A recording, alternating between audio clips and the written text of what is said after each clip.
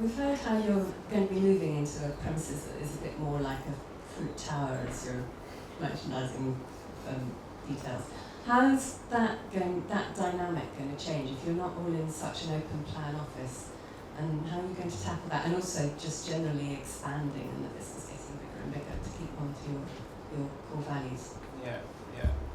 Well, in terms of expanding, we've actually found perversely that it's gone the other way. As we've got bigger, the brand's become stronger and more resonant, and the values have got stronger. So I think we're more innocent now than we ever have been.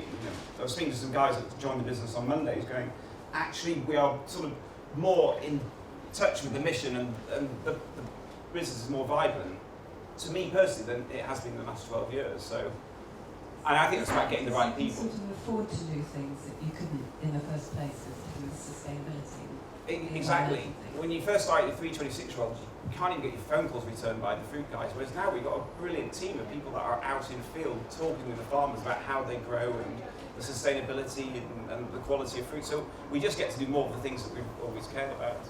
The new office is fundamentally different. Yeah, it's a beautiful building with amazing views looking over London on the side of a canal. So it's the most gorgeous setting and building. But yeah, it's vertical rather than horizontal.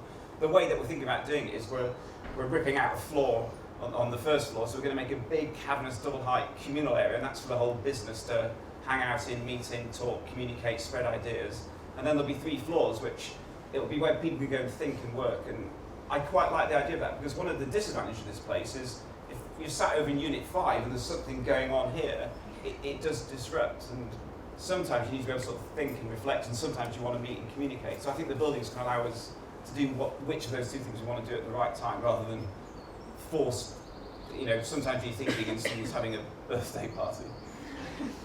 But in terms of your question on expansion, so if you go to, for instance, our office in Paris or in Salzburg, it'll be much, much smaller than this, or 10, 15 people, but it's exactly the same feel. And that's because it's, once again, the people. So if you hire people who share the same values and communicate that same vision, then you'll get the same feel and culture.